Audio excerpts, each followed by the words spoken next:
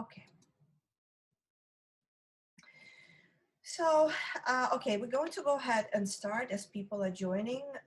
We have quite a few people registered, but I guess everyone is in a different time zone.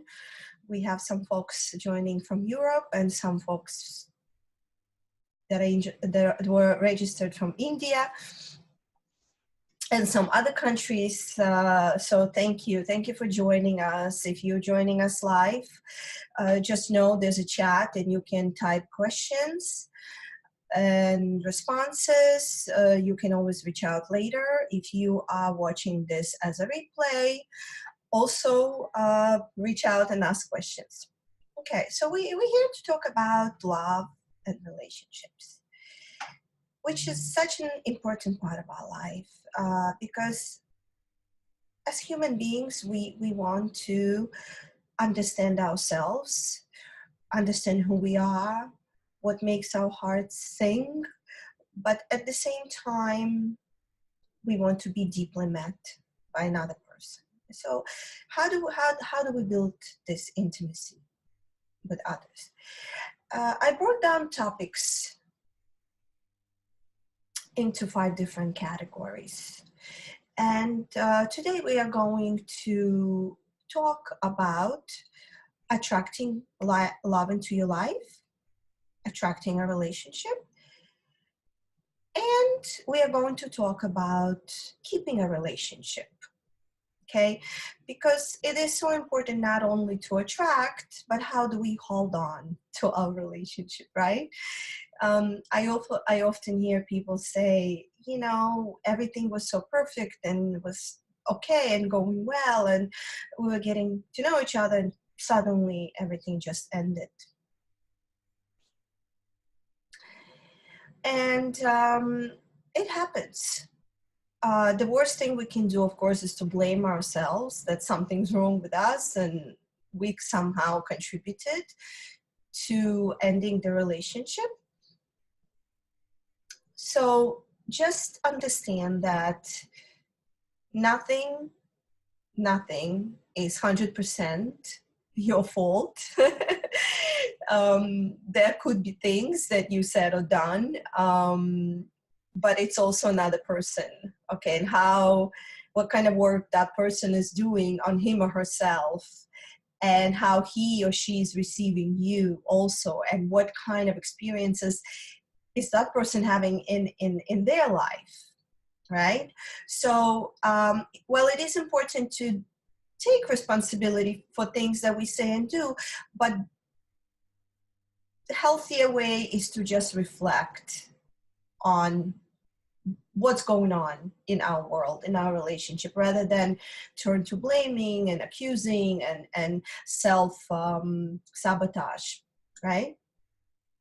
Okay, so here's what we're going to do. We're first going to talk about attracting love into your life. How do we attract love? Okay, so number one reason is to, actually number one way is to create energy around it. So we think about it on subconscious level, on unconscious level. We want to belong. Everybody wants intimacy, everybody. Even people who are too busy running around, focusing on their careers and jobs, it's a distraction. Everybody, like I mentioned earlier, wants to be deeply met, wants to love and be loved on a deeper level, okay? So we all want the same thing. So what is going on? So one key component to attracting love is creating energy. And how do you create energy around it? Well, first of all, you need to anchor what you want. Many people don't know what they want. They just say, I want to meet a perfect soulmate, right? So, but who is the perfect soulmate for you? What would that person have to be? How does he or she have to act for you to feel good in their company? What would make you happy? What qualities does that person have to have for you to feel loved and feel happy, right? Oftentimes we focus on physical characteristics. He or she has to have a certain income, has to look certain way, the color of hair has to be certain color, and they have to work out that many times a week, and have biceps, and and have responsibility and bring me flowers every day. So so we kind of like put those expectations, I call them expectations, instead of really understanding how do we want to feel, what qualities do we want in that person, right? So creating energy is writing things down, and please know that it takes time. Be patient with yourself. Sometimes things don't come to you immediately. They don't come to you right away. And I'm just trying to see how.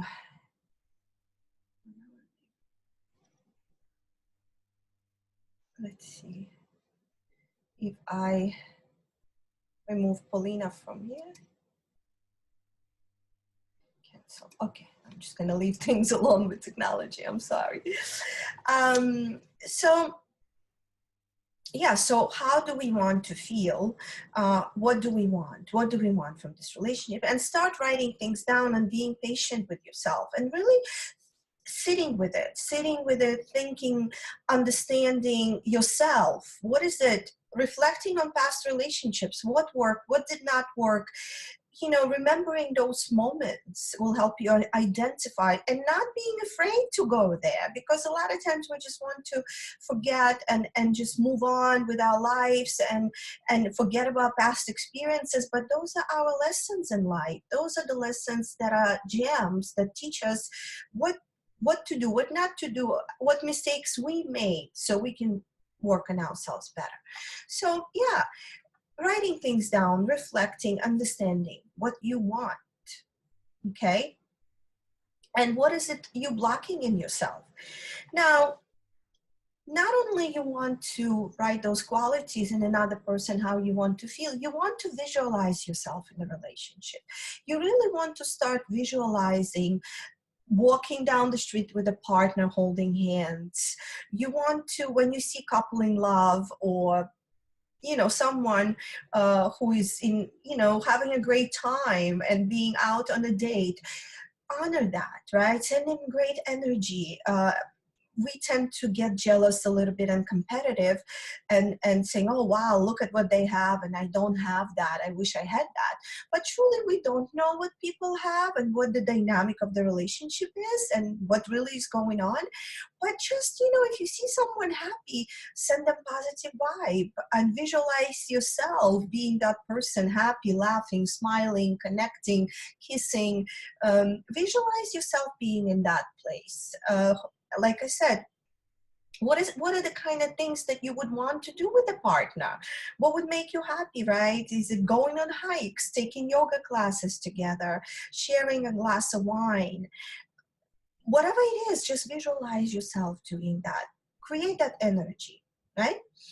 So, because the truth is, we see in our world what we project from our mind.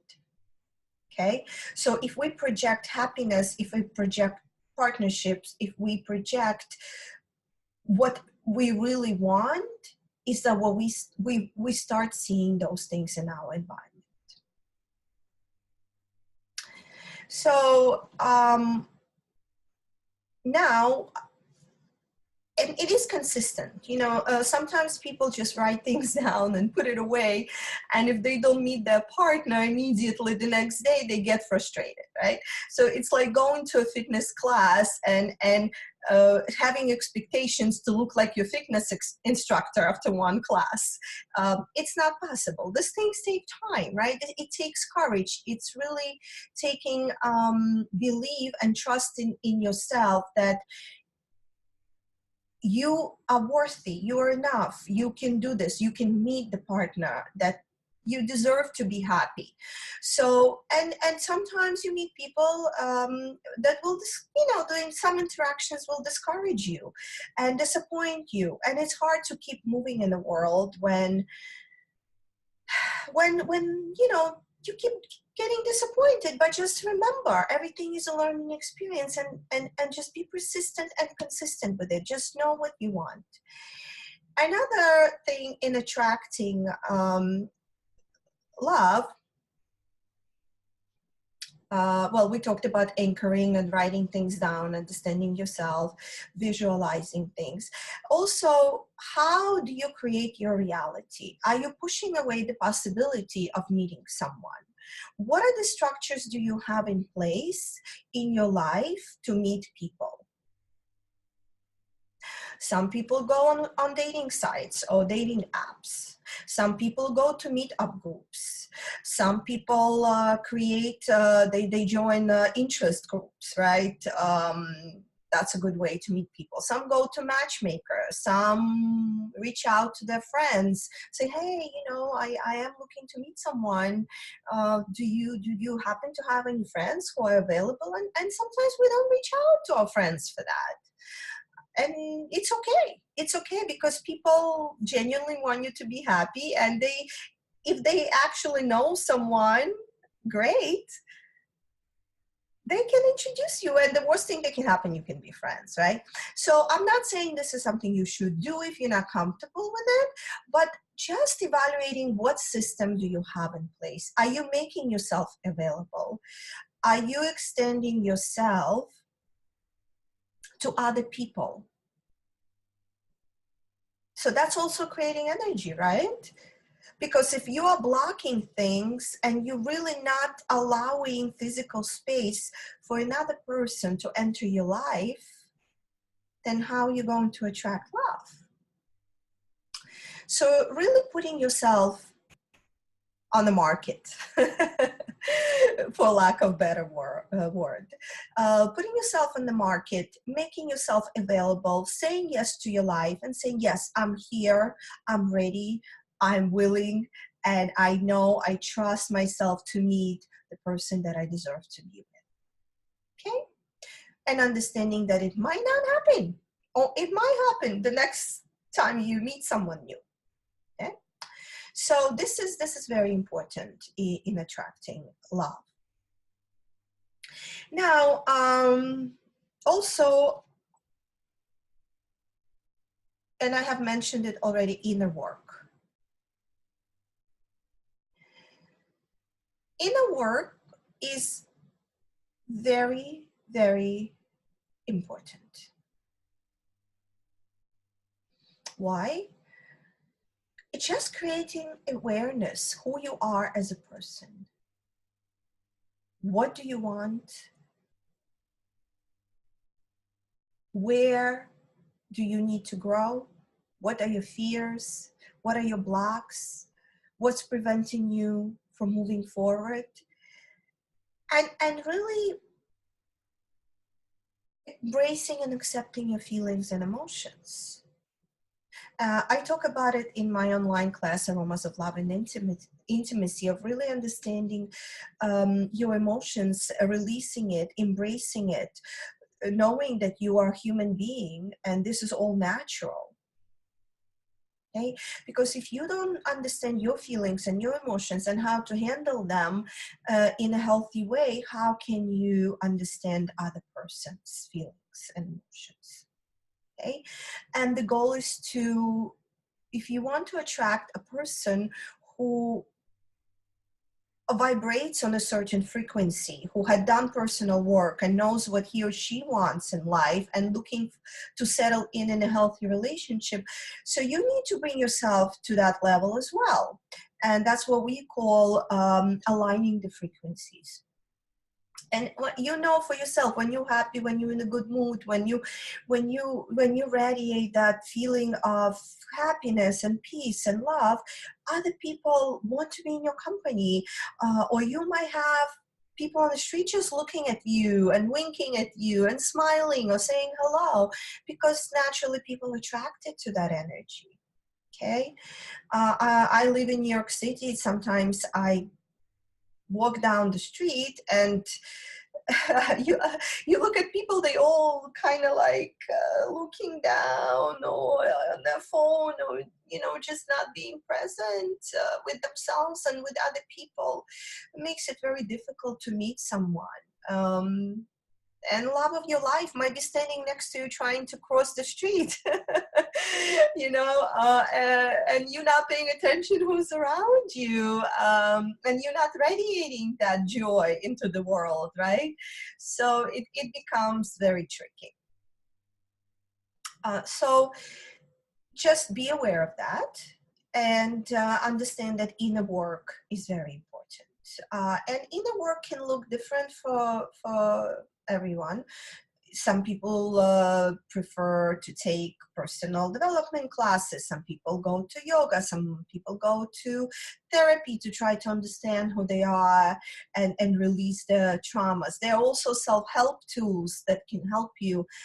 And again, I have some tools that are available in my Aromas of Love and Intimacy audio that I talk about when I address our emotional state and how we work as human beings and releasing emotions with natural scents, with essential oils.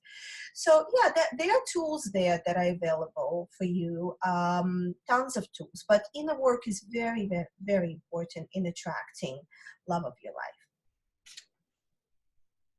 So now, how do we keep a relationship? Let's say we get into a relationship with someone. Everything seems to be going wonderful. What do we do now?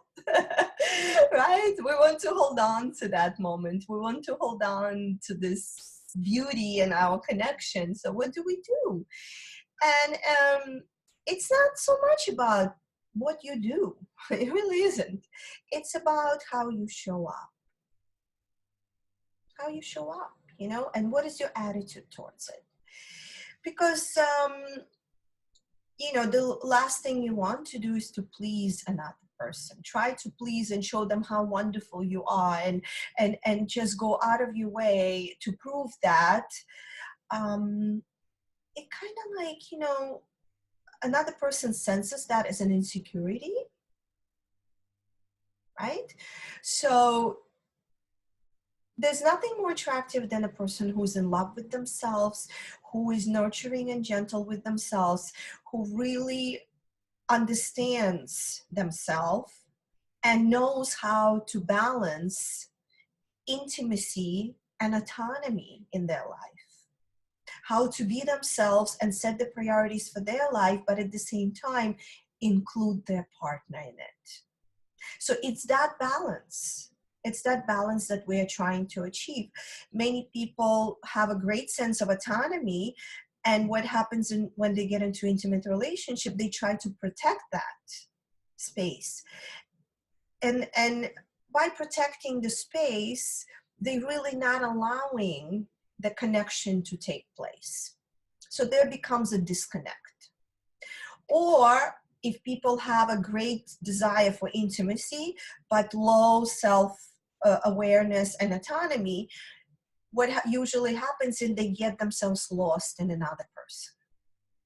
And that's where they try to please that person and show them how wonderful they are, and put that person in a pedestal, but not in a good way, actually, while sacrificing their own needs and desires and wants. So achieving that balance, understanding that even though you are in a relationship and that person, you need to create space for that person in your life, but you're also your own person, and you should not be neglecting yourself and your needs and your wants and your desires, right? Establishing trust.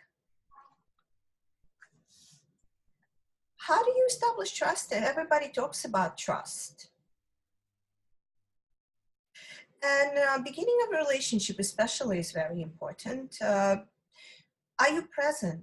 Are you taking the time to really listen to another person, to ask questions, to be present in their life?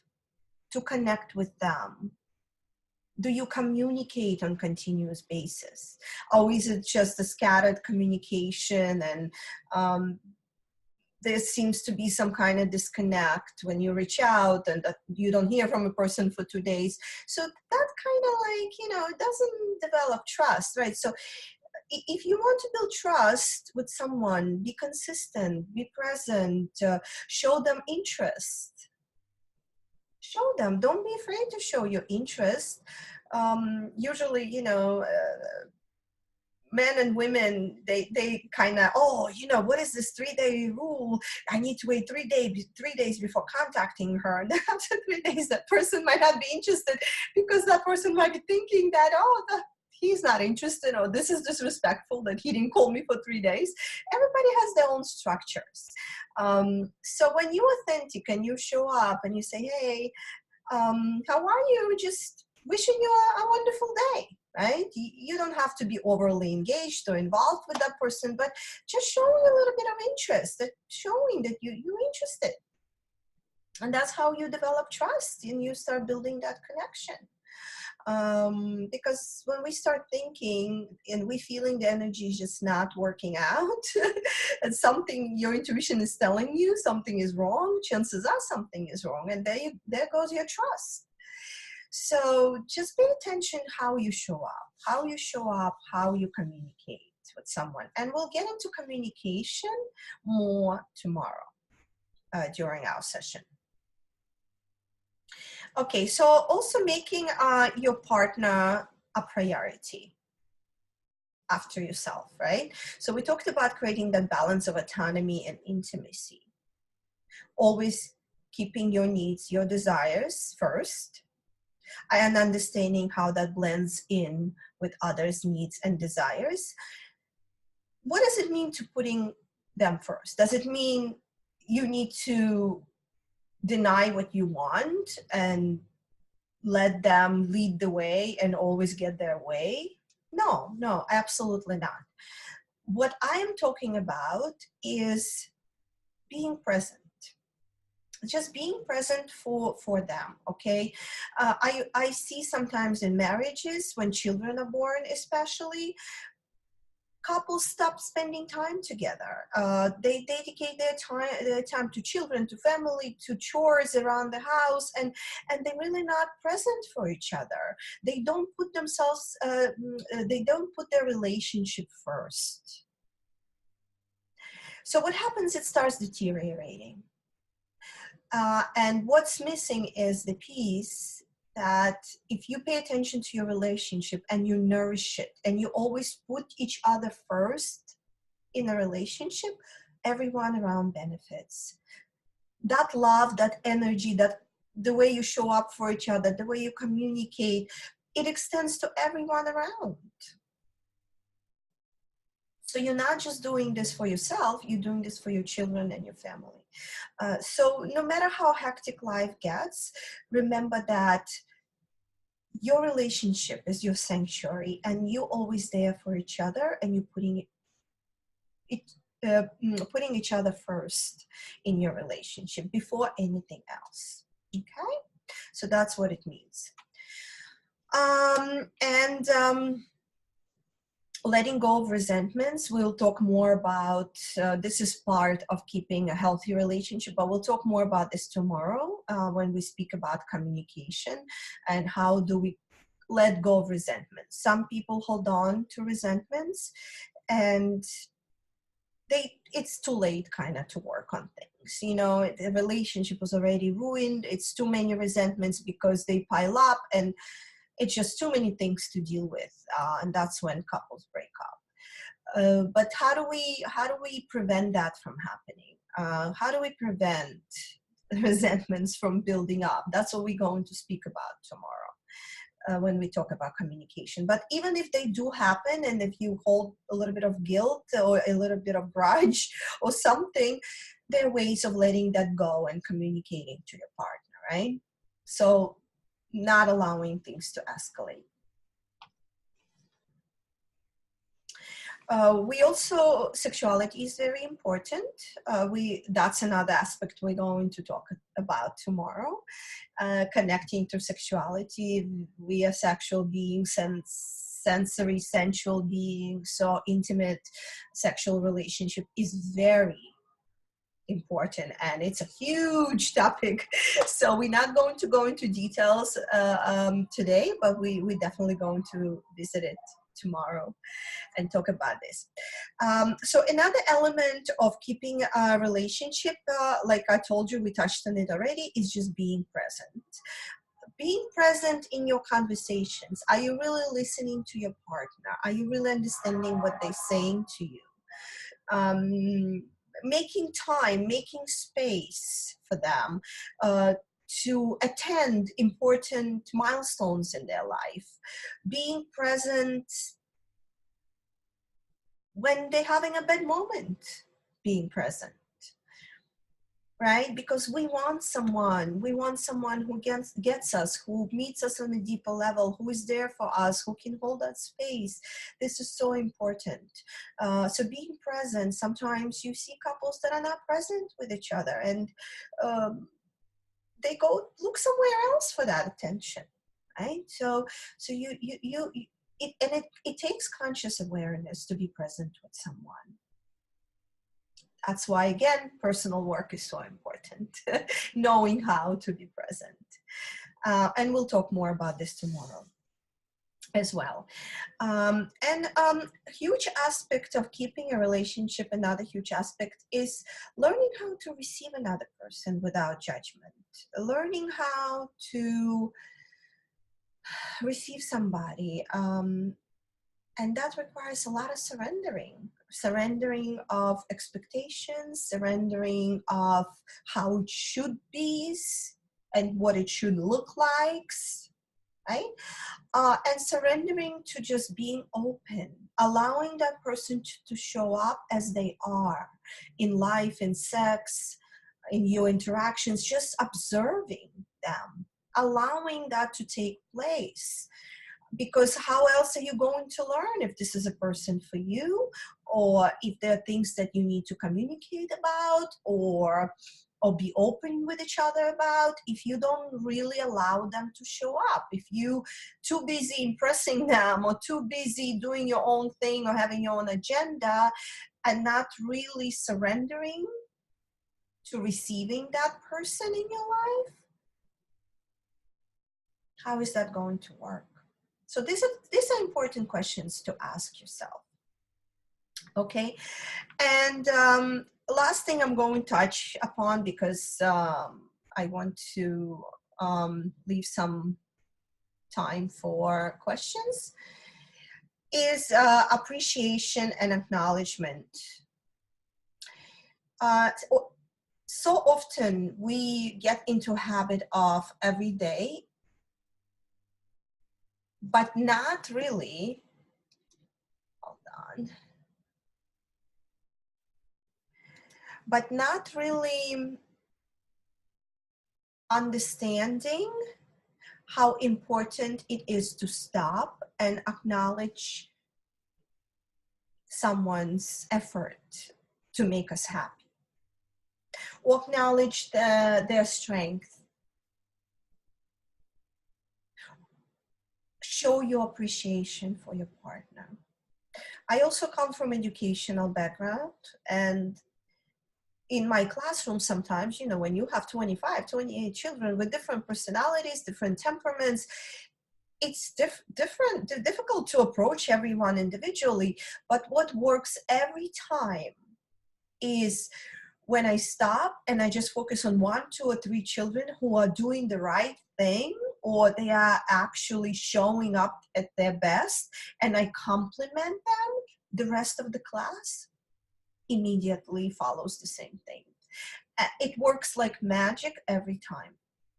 So when we focus on positive and we acknowledge and we recognize them, so most likely that person is going to repeat that behavior, and it gives them feedback from you that you like it, you want it, you appreciate it.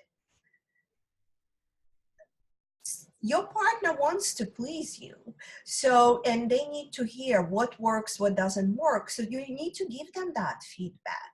And instead of criticizing or bickering about things, it's important to focus on the positive.